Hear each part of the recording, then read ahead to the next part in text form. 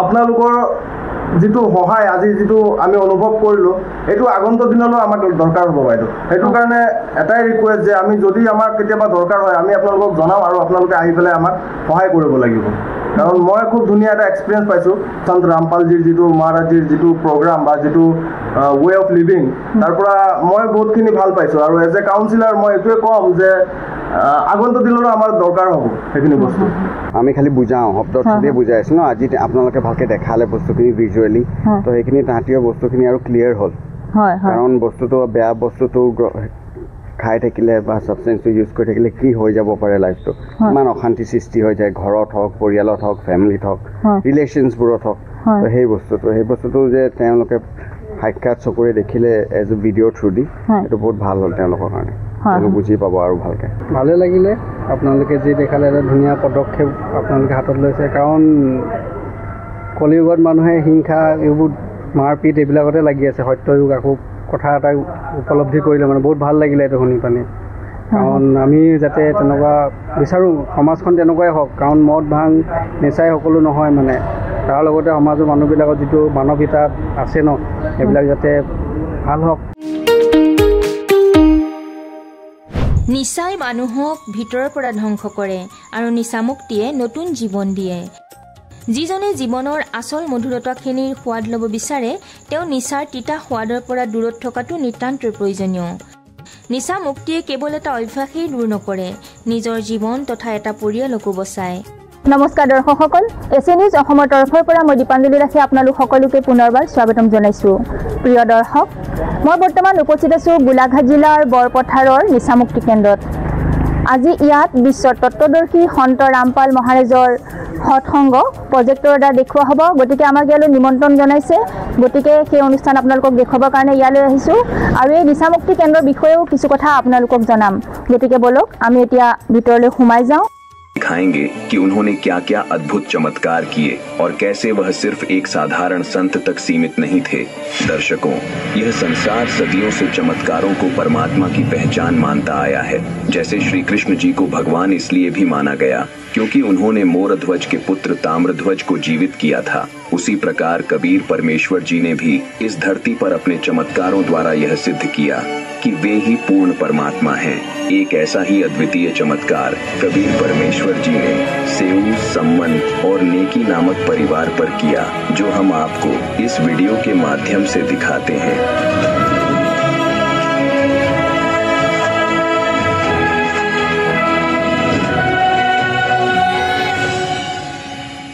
बलिहारी गुरु आपने गोविंद दियो बताए कबीरा। कबीर जी के बारे में हमने बचपन से सुना था कि वो एक संत थे और भक्ति मार्गी कवि भी थे। कल करती को कहीं से ऐसे गए थे जब माँ आपको तो बुखार है अरे कुछ नहीं वो खाना बनाया था ना तो आपकी तो से शरीर गर्म हो गया आओ खाना खा लो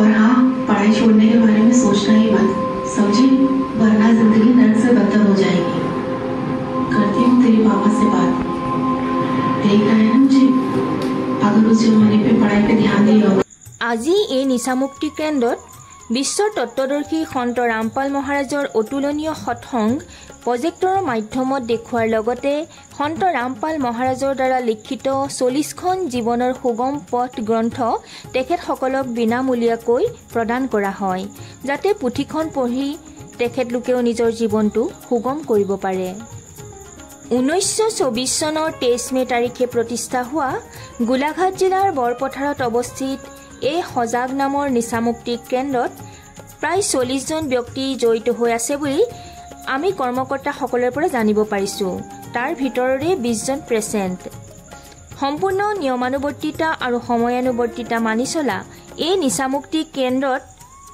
জীৱনৰ সকাৰাত্মক বিষয়ৰ ওপৰত শিক্ষা দিয়াৰ লগতে নিচামুক্ত হৈ এটা সুস্থ তথা সুন্দৰ জীৱন যাপনৰ বাবেও প্ৰেৰণা যোগোৱা হয় প্ৰিয় দৰ্শক এই নিচামুক্তি কেন্দ্ৰৰ এগৰাকী কাউন্সিলৰক আমি এতিয়া লগ পাইছোঁ আমি তেখেতৰ সৈতে কিছু কথা পাতিছোঁ নাহক নমস্কাৰ নমস্কাৰ, মোৰ নাম নমিত দাস। হয় হয়, আপুনি নিচামুক্তি কেন্দ্ৰৰ কাউন্সিলাৰ হিচাপে মই ইয়াতে কাম কৰি আছোঁ। হয় হয়, ইয়াত আপোনালোকৰ কিমানজন ব্যক্তি ইনভলভ হৈ আছে? আমাৰ টোটেল আমি 35+ আছোঁ। ভিতৰতে 20টা পেচেণ্ট, অকল ল'ৰা, আমি অকল মেলহে ৰাখোঁ। 20টা পেচেণ্ট আছে আৰু বাহিৰত আমি ষ্টাফ 18ৰ পৰা 20জন মানুহ আছে। বাহিৰৰ মেম্বাৰো আহে, এজন দুজন কাম কৰে, আকৌ গুচি যায় তেওঁলোকৰ। 40জনৰ ভিতৰত আমি থাকোঁ ইয়াত। আজি বিশ্ব তত্ত্বদৰ্শী সন্ত ৰামপাল মহাৰাজৰ যি সৎসং প্ৰজেক্টৰ দ্বাৰা দেখুওৱা হ'ল, এই প্ৰজেক্টৰ দ্বাৰা দেখুওৱা সৎসং আপোনাৰ কেনে অনুভৱ হ'ল যে সেয়া চাই আমাৰ যুৱকসকল উপকৃত হ'বনে? ব্যক্তিসকল একদম একদম সন্ত ৰামপালজী মহাৰাজৰ যিটো আজি প্ৰগ্ৰাম দেখিলোঁ, তাৰ পৰা খুব ভাল লাগিল। কাৰণ আধ্যাত্মিকতাটো ক'ৰবাত নহ'লেও ক'ৰবাত আমাৰ য়ং ষ্টাৰৰ মাজত হেৰাই গৈছে। আৰু এই যিটো নিচা, ড্ৰাগছে হওক বা মদে হওক, সেইটো অকল শৰীৰ বুলি নহয়, যে অকল ফিজিকেল হেল্থ বুলি নহয়, মেণ্টেল হেল্থ বুলি নহয়, ক'ৰবাত নহ'লেও ক'ৰবাত আধ্যাত্মিক পাৰ্টটো শেষ কৰি পেলাই। এনেকুৱা এটা সময় আহে য'ত আত্মাটোৰ ওপৰত কোনো ধ্যান নাথাকে, চব হেৰাই যায়। তো সন্ত ৰামপালজী মহাৰাজে যিটো পদক্ষেপ লৈছে বা আজি আমি যিটো প্ৰগ্ৰাম দেখা পাইছোঁ, খুব ধুনীয়া এক্সপিৰিয়েঞ্চ। আশা কৰোঁ ল'ৰাখিনি যিখিনি শুনিছে, যিখিনি আপোনালোকে দিছে আমাক, এইখিনিৰ পৰা উপকৃত হ'ব, নতুন এটা চেঞ্জেছ দেখা পাম। প্ৰগ্ৰামটো খুব ভাল হৈছে আৰু মোৰ এক্সপিৰিয়েঞ্চটো খুব ধুনীয়া আপোনালোকৰ। তাৰ বাবে থেংক ইউ যে আমাক ইমানখিনি প্ৰভাইড কৰাৰ কাৰণে, আমাৰ এই যাত্ৰাটোত আমাক সহায় কৰাৰ কাৰণে, আৰু আপোনালোকক বিশেষকৈ আপোনালোকক চবকে থেংক ইউ জনাইছোঁ। আপোনালোকৰ এই নিচামুক্তি কেন্দ্ৰত অসমৰ কোন কোন ঠাইৰ ব্যক্তিসকল আছে? অসমৰ প্ৰত্যেকটো ঠাইৰে ব্যক্তি আছে বাইদেউ। শিৱসাগৰ, গোলাঘাট, যোৰহাট, নগাঁও, প্ৰত্যেক জেগাৰ মানুহ আহি পেলাই নিজৰ মতে থাকে।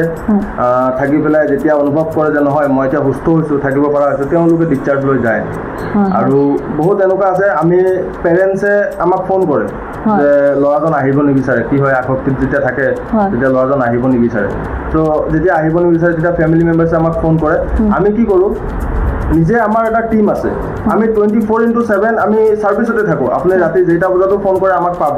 আৰু যদি কিবা অসুবিধা হয়, আমাক মাতে যে ল'ৰাজন গৈ আনিব লাগে, তেতিয়াহ'লে আমি যাম আৰু আমি যাই সেই ল'ৰাজনক নিজে ৰেস্কিউ কৰি আনিব পাৰোঁ।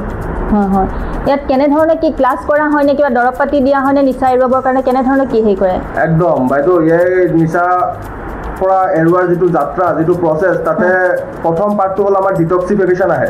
ডিটক্সিফিকেশ্যন মানে এজন মানুহৰ নিচা কৰাৰ ফলত যিবিলাক শাৰীৰিক অশান্তি থাকে, সেইবিলাকক আমি থ্ৰু মেডিচিন, ডক্টৰে প্ৰেছক্ৰাইব কৰা মেডিচিনখিনি দিওঁ। মেডিচিনখিনি দিয়াৰ পিছত যেতিয়া অকণমান মানুহটো সুস্থ হৈ আহে, তাৰ ছেকেণ্ড পাৰ্টটো আৰম্ভ হৈ যায় ৰিহেবিলিটেশ্যন।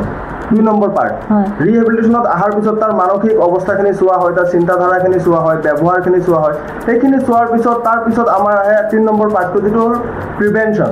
যে এজন মানুহৰ তাৰ নিজৰ ট্ৰিটমেণ্ট থাকে, তাৰ নিজৰ হিষ্ট্ৰী চাইহে তাৰ ট্ৰিটমেণ্টটো কাষ্টমাইজ কৰা হয়, যে এই ল'ৰাজনৰ প্ৰব্লেমটো ক'ত আৰু কেনেকৈ সি চলিব লাগিব বাহিৰত। এতিয়া আমাৰ বহুতখিনি টিম আছোঁ, আমি এজ এ টিম কাম কৰোঁ বাইদেউ।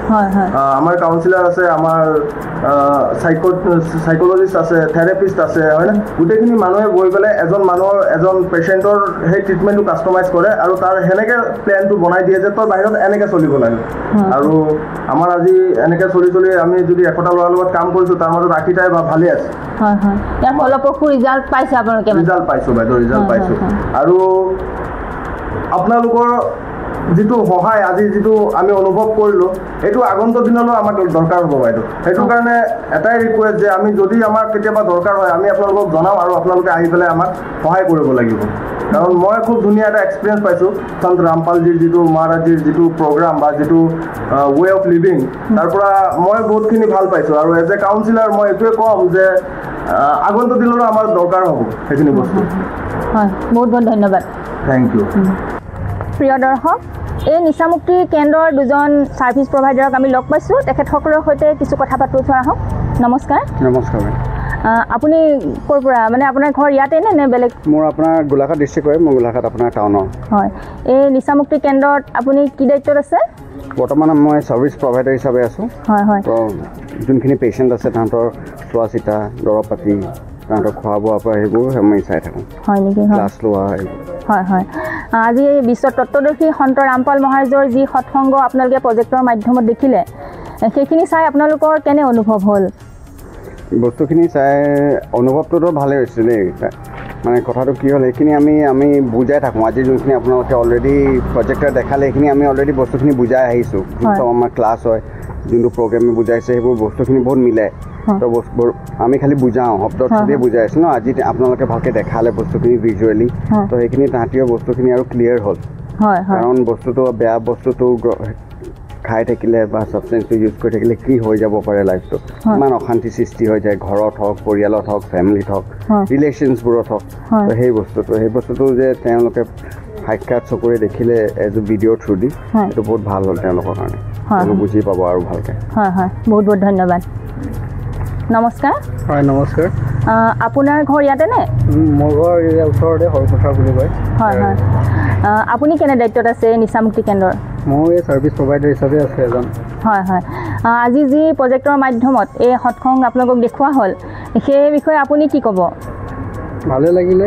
আপোনালোকে যি দেখালে এটা ধুনীয়া পদক্ষেপ আপোনালোকে হাতত লৈছে কাৰণ কলিযুগত মানুহে হিংসা এইবোৰ মাৰপিট এইবিলাকতে লাগি আছে সত্যযুগ আকৌ কথা এটা উপলব্ধি কৰিলে মানে বহুত ভাল লাগিলে এইটো শুনি পানি কাৰণ আমি যাতে তেনেকুৱা বিচাৰোঁ সমাজখন তেনেকুৱাই হওক কাৰণ মদ ভাং নিচাই সকলো নহয় মানে তাৰ লগতে সমাজৰ মানুহবিলাকৰ যিটো মানৱীয়তা আছে ন সেইবিলাক যাতে ভাল হওক আগৰ নিচিনা যেনেকৈ ঋষিমুনিসকলে তপস্যা কৰিছিলে কিবা কৰিছিলে সত্যযুগত তেনেকুৱা হৈছিলে তেনেকুৱা হওক সেইটো ভাবি আছোঁ হয় হয় ঠিক আছে বহুত বহুত ধন্যবাদ